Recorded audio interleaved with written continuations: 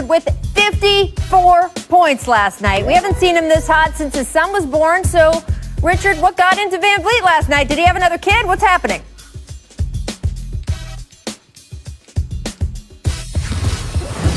Richard is stunned into silence. That might be the only time in the history of television that Richard Jefferson has not had anything to say. Welcome to The Jump. I am Rachel Nichols, joined by, indeed, NBA champ Richard Jefferson, two-time WNBA All-Star, co-host of the Chiney and Golic Jr. show on ESPN Radio, Chiney Agumake. Her microphone is working, just saying. That's all. Coming up in this show, we're here. How much did the early season struggles of Anthony Davis matter? Dave McMenamin is going to join us to discuss that a little later on. First, though, you know the Oprah Winfrey meme? You get a car, and you get a car, and you get a car. That's what a lot of Nets basketball has felt like since the James Harden trade. And not just for KD, Kyrie, and James, who have proved positively lethal together offensively, but really for anyone on court with them. Bradley Beal, Colin Sexton, Bam Adebayo. You get a basket, you get a basket, you get a basket. All of which only ramped up the anticipation going into last night's game between Brooklyn and the Clippers. Kawhi Leonard and Paul George have both been on a tear this season and certainly capable of matching the Nets' firepower, while also remaining two of the best lockdown defenders in the league. Is this where the Nets' bounty would finally run out? Would Oprah abandon them? The short answer? Nope. Kyrie scored 39 as Brooklyn beat LA, with the Nets showing off some improving late-game execution and a little trickeration to boot. First Kyrie, then Harden, then KD, and all three of these shots hit over Nick Batum, who, had a rough fourth quarter. Now, Marcus Morris would help the Clips answer with a three-point play. And then we got PG. Take a look at this knockdown dazzler. But it wasn't enough. With just 7 on the clock, Kawhi shooting his free throws, you can see Coach Steve Nash telling Jeff Green, leak toward the basket. By the time LA realizes what's going on, Harden had thrown the West Unseld outlet, Green converts, and that's the ball game. Sorry, Reggie Jackson, you're not going to make it in time. And the Nets win. But again, that's the short answer.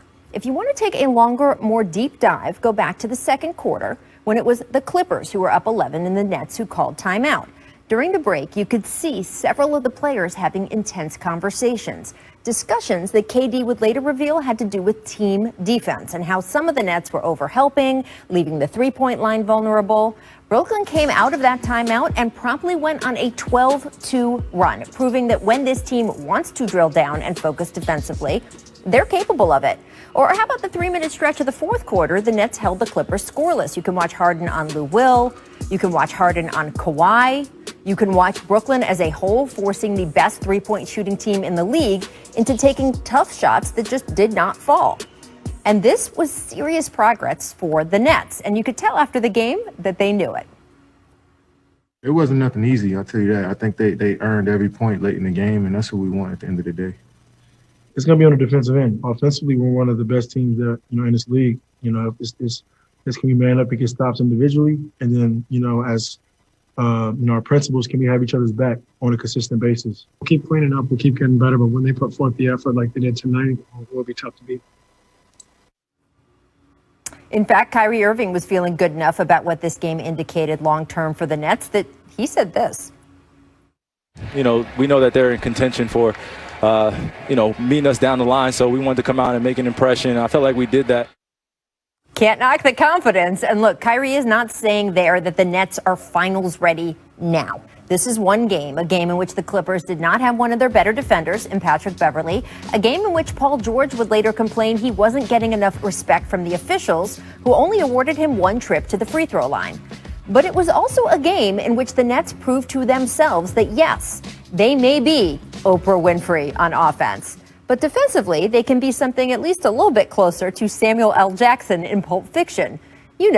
And I will strike down upon thee with great vengeance and furious anger those who attempt to poison and destroy my brothers. Yeah, that would be quite a combo if they can get more consistent at pulling it off.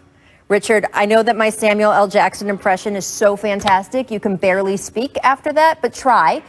Did that win over the Clippers last night change your opinion of the Nets defense at all? No, I wouldn't say that it was anything about changing my my opinion.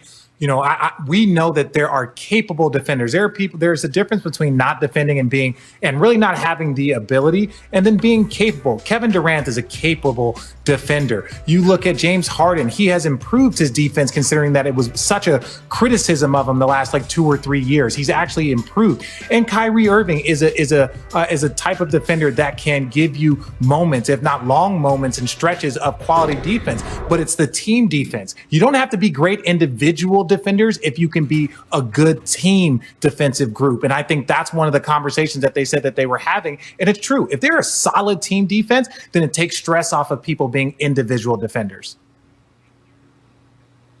Yeah, and that makes sense. You know, it really did. That game changed my opinion of this Brooklyn Nets team because the Nets knew that this was a big game versus the Clippers. And you know what that means? We got maximum effort from all of them. They were hustling all over the floor, getting out in transition.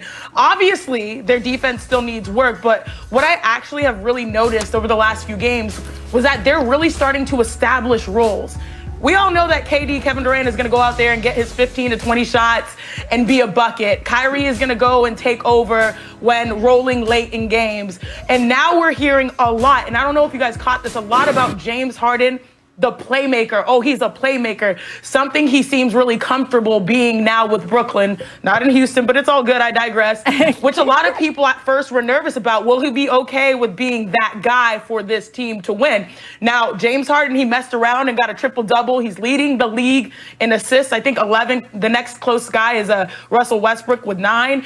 As long as those three play hard on both ends, I think that they're going to be just fine because they have enough veteran savvy defensively to be able to cover those blind spots. I like that. You can take the girl out of Houston, but you can't take the Houston out of the girl, our Texas native, Chene. And look, I do think the fact that Harden has adjusted the way he said he would, but people were asking questions. Did he really mean it? I think that has been so huge for them. I agree. Now, as for the Clipper side of things, I did mention at the top there, All-Star Paul George attempting just 1 free throw last night, a season low for him. And after the game, he voiced his displeasure with that. Take a listen. I mean, I absolutely think it was disrespectful. I had 1 free throw attempt today. I'm gonna leave it at that. But the amount of plays I initiated or created contact,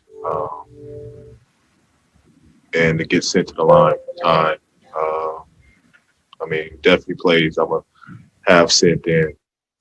It's funny, Chene, when we talk about stars getting calls, you have a court with 5 huge all-stars on it, but do you think PG has a legit grade there?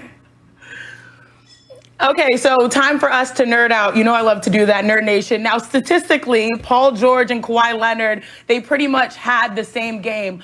Points, field goal attempts, assists, and rebounds. But the difference is that obviously Paul George, only had 1 free throw to Kawhi's 9. And I feel like right now we really need to put some respect collectively as an NBA family back on Paul George for a moment here, y'all, because what he's been doing this season has been great. And I'm going to include the referees too. He should get the benefit of the doubt because he's shooting 45% from 3. He's shooting, I think, making like 4 threes a game, on pace for a 50-40-90 season. So right now I am giving him the benefit of the doubt. Of course, as an athlete, we always, should get the foul calls. But I do think that 1 free throw is very different, compared to Kawhi, who had 9. This guy mixes it up in the paint, so I see why he was mad.